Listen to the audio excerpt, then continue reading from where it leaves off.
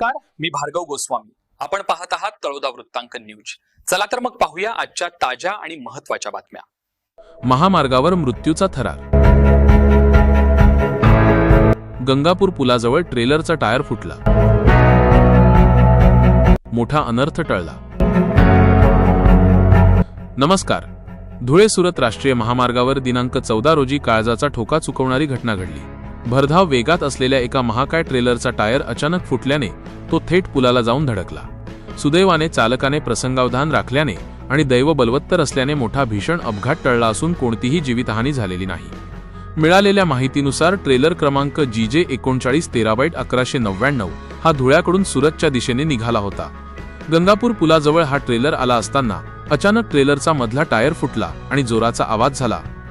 Tyre फुटताच चालकाचे वाहनावरील नियंत्रण सुटले आणि ट्रेलर मोठ्या आवाजासह पुलाच्या बाजूला जाऊन धडकला.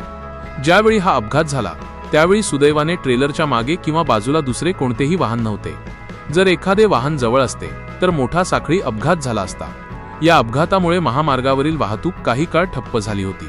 घटनेची माहिती मिळताच विसरवाडी परिसरातील स्थानिक नागरिक आणि पोलिसांनी घटनास्थळी धाव घेतली.